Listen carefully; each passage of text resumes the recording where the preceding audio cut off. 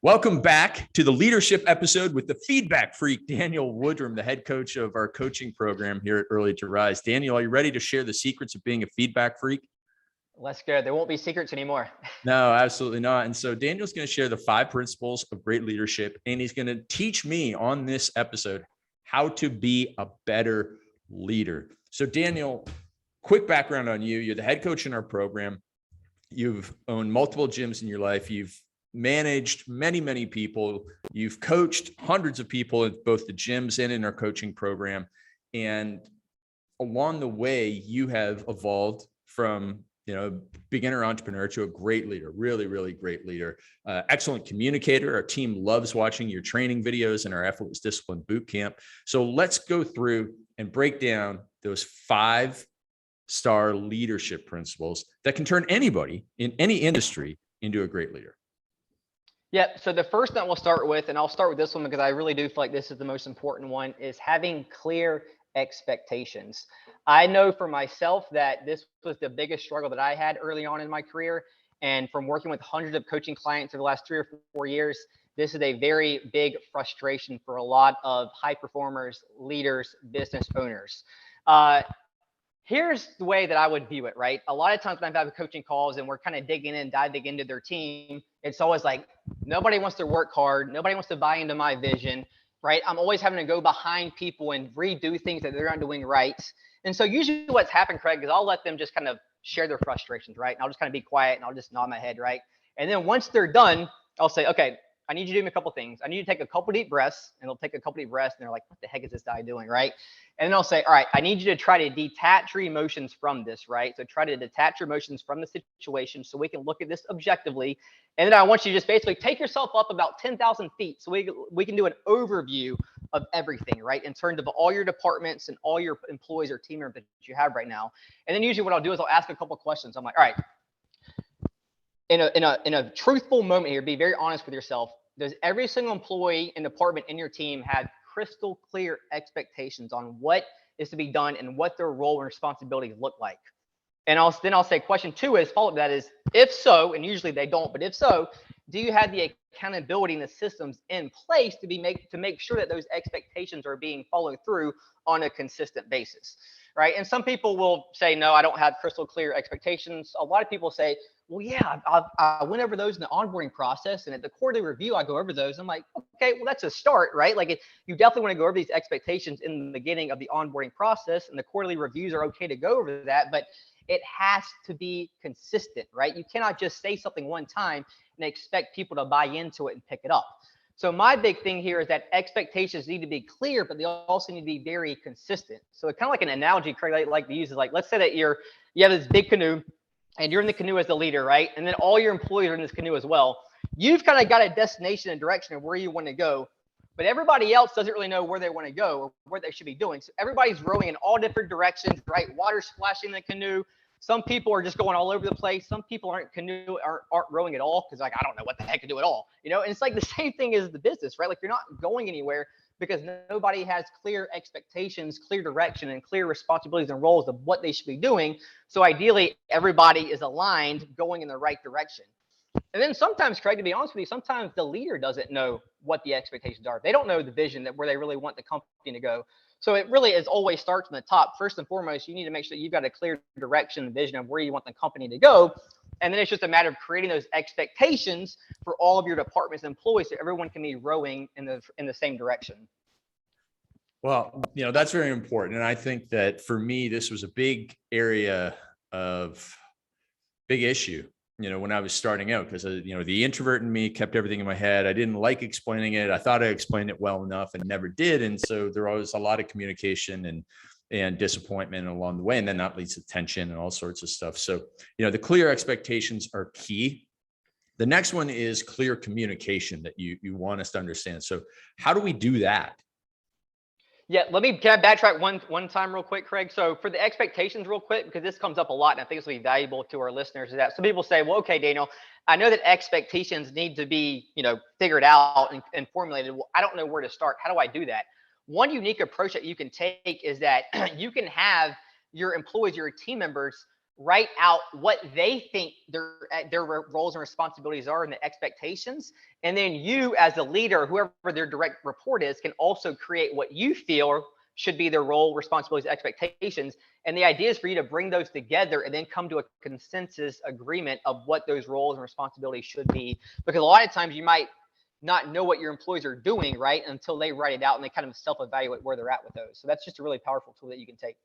Absolutely. Absolutely. So flipping on to the clear communication, I mean, how's that different from the clear expectations? And what are the forms of communication that we can use? Yeah, great question. So, and these are all aligned. I mean, honestly, probably communication expectations could go together, but I do think they're separate because I do want to make a few points on the communication. I would venture to say 95, maybe 99% of companies and leaders under communicate. I guess even too much of a good thing could be bad, right? But it's hard for me to imagine companies over communicating with their employees and with their staff.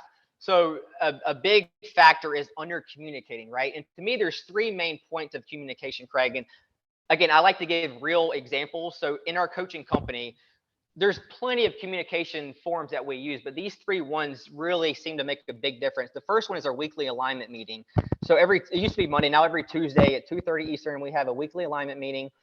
We have, what is it now, 12, 13, 14 people on there.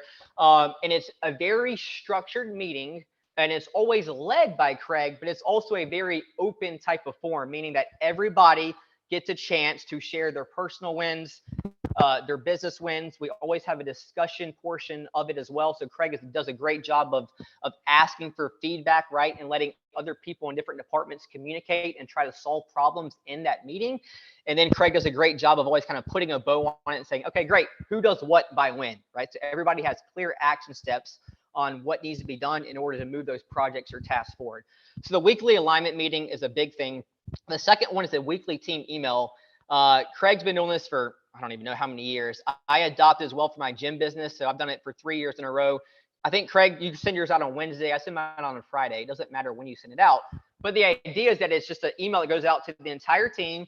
And some of it's a recap of the weekly alignment meeting, but it's very structured. And when it's structured, it's easy to write because you have a framework to use, right? So it's just like visibility in terms of the results of the last week and any numbers that you want to share with your team. Giving any type of testimonials or product reviews if you have a product business, highlighting employees or team members, but also tying it into the core values as well. So you can really try to drive home your core values. Then sometimes Craig will also just open it for feedback. Hey, if you have any ideas on this, please let me know. We'd love to be able to discuss it. So the weekly team email is a big thing.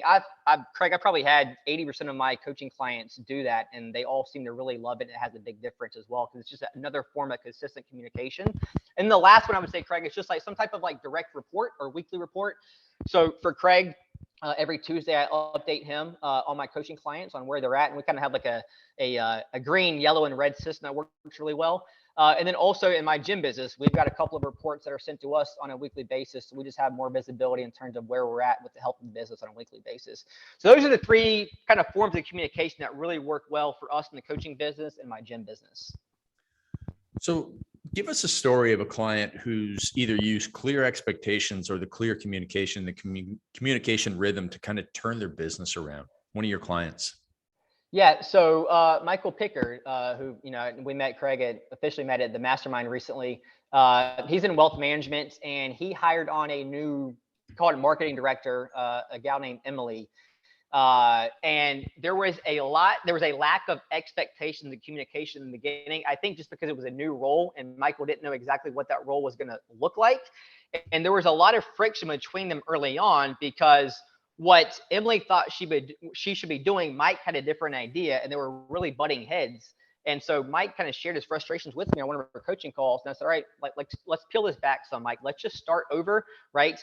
We need to make sure that both you guys are on the same page. So you need to effectively communicate with Emily exactly what her role is and what you want her to be working on over the next 4 to 6 weeks, right? And then we need to put the accountability in place. So then he started having a weekly meeting with her so he could help hold her accountable, and they could have more of a check-in as far as what should be done with that new position.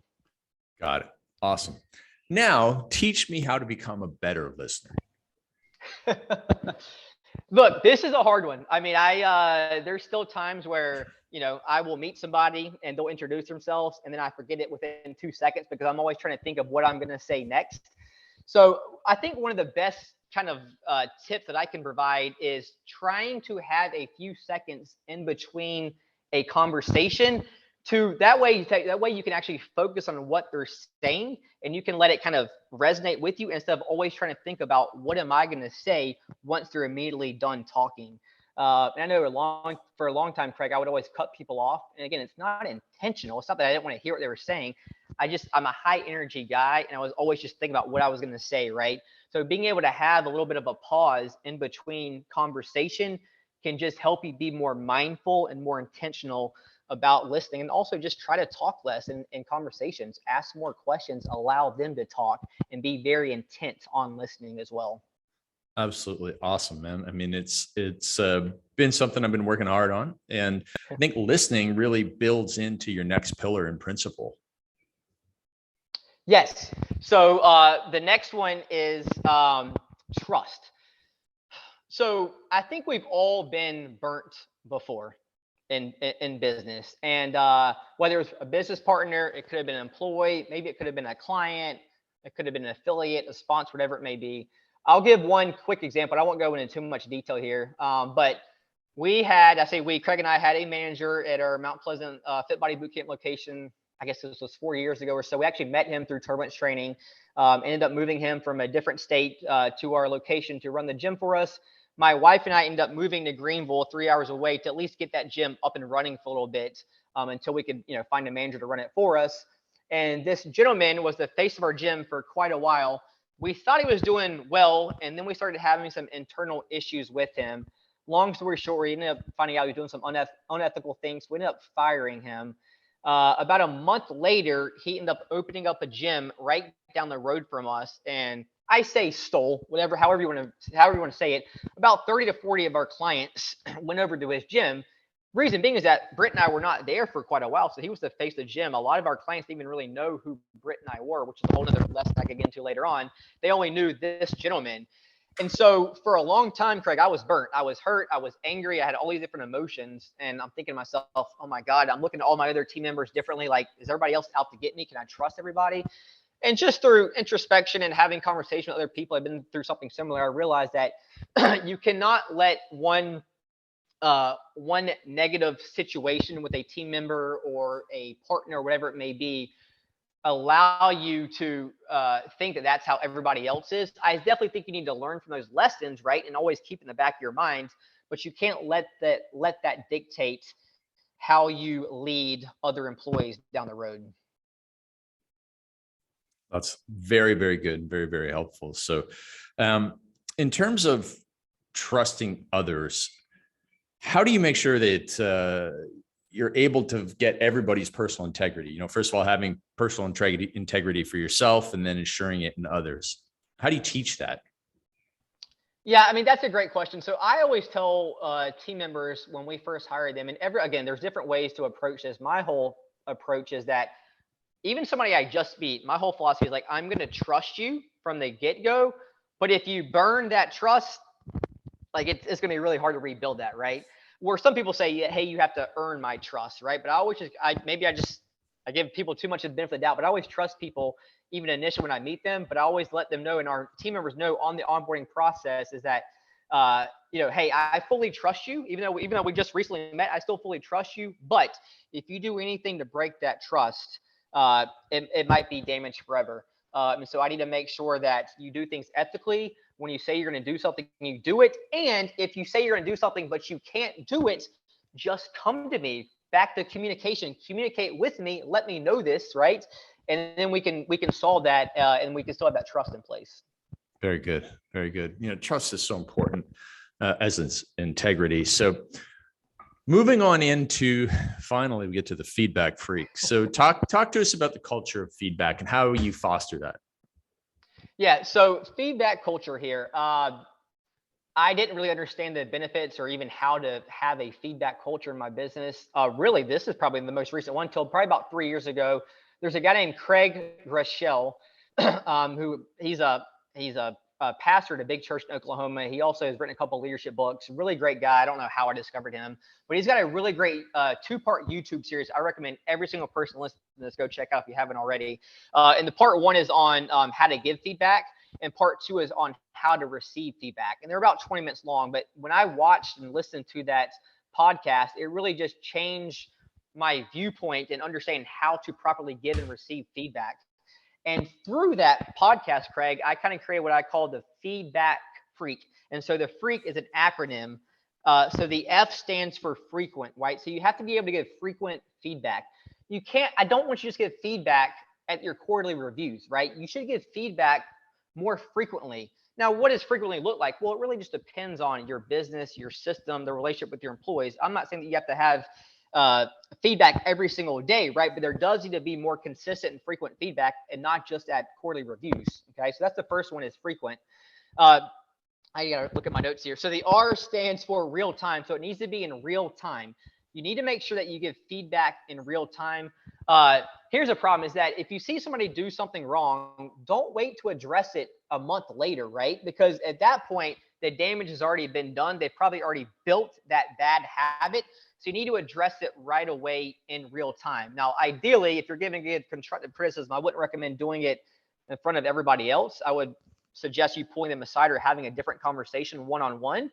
But you need to be able to give it in real time. So the E stands for taking extreme ownership. We've already talked about this, Craig.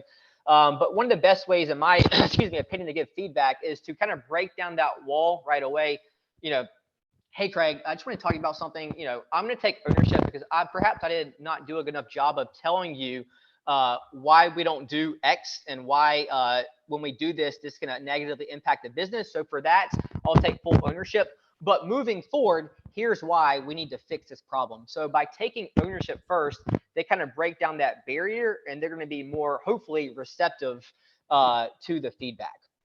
So the A stands for accepting, right? If you're going to give feedback, you have to be able to accept feedback, okay? So being accepting of feedback is extremely important as a leader. And then the K, to finish off the freak, stands for kill the issue. So that just basically goes back to real time. Kill the issue right away so it doesn't fester on and become even more of a problem. What do you say to somebody who's scared of getting feedback? Who's scared of getting feedback? Or Yeah. getting feedback? Getting. Yeah. So one thing that I would say is that it's when I'm giving you feedback, it's not an attack on you. It's not a criticism of you.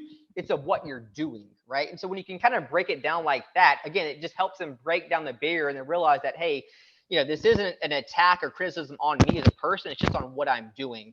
And typically, if you can kind of help them realize that, they're going to be more receptive to it. Got it. Okay. So that real time is really important. Can you walk us through an example of how you did this? Because, what if you have, it's in front of somebody does something in front of a group of people, and you can't really just pull them aside or, press pause on everybody else and then correct them. So what was a real world example of where you had to do that, and how everything turned out for the better, even though it was difficult? Yeah, great example. So a couple years ago, we had a male coach. I happened to be at the gym at the time, and I was just, doing some other things, but kind of observing him coaching the class. And again, he didn't do anything intentional, but a female was holding a plank, and he went kind of behind her and touched right near her bottom to kind of push it down, and while it meant well, I could tell that the female client kind of got disturbed, right? And she didn't like that. It scared her more than anything. And so obviously I wasn't going to go stop the class and say something right then and there. But once the class was over with, I said, hey, can you come outside for a second? So I pulled him outside away from everybody else. And I just had a conversation with him. Hey, I just wanted to address something. I know that you didn't do this intentionally. So I know it's just an honest mistake. And perhaps I didn't do a good enough job of explaining why we don't need to do this. But moving forward, if you are going to correct somebody, especially in a plank position, a female, go in front of them first so they can see you. Let them know what you're going to do. Get their permission essentially, and then go do it. And so the problem was solved. I didn't embarrass this person in front of everybody else, and I was still able to do it in real time just after the class. Got it. Yeah, I mean, you have such great tact with everybody, and I think that's really, really important and valuable, and something that, I don't know, did you always have that skill set, or was that something you had to kind of build over time as well? I think it's something I've had to build over time. I mean, people might be shocked, but I'm an introvert. I'm not a super outgoing person. I don't like to be in big groups. I think some people say, hey, or this person's natural born leader. I do think there are people that maybe are born with certain characteristics, right? Or maybe they just grew up around leaders from the get-go. But I certainly was not a natural born leader. And this is just something that I've had to be able to learn and experience through a lot of ups and downs and failures. In the day, like I really, Craig, just truly feel like leadership is just about treating people with respect. I really do. Like it's just a people skill, in my opinion. Yeah. Okay. And then, so how did you learn to lean into difficult conversations? Because I imagine it probably wasn't easy when you had to correct somebody, when you had to fire somebody. How did you get your mind right for those conversations?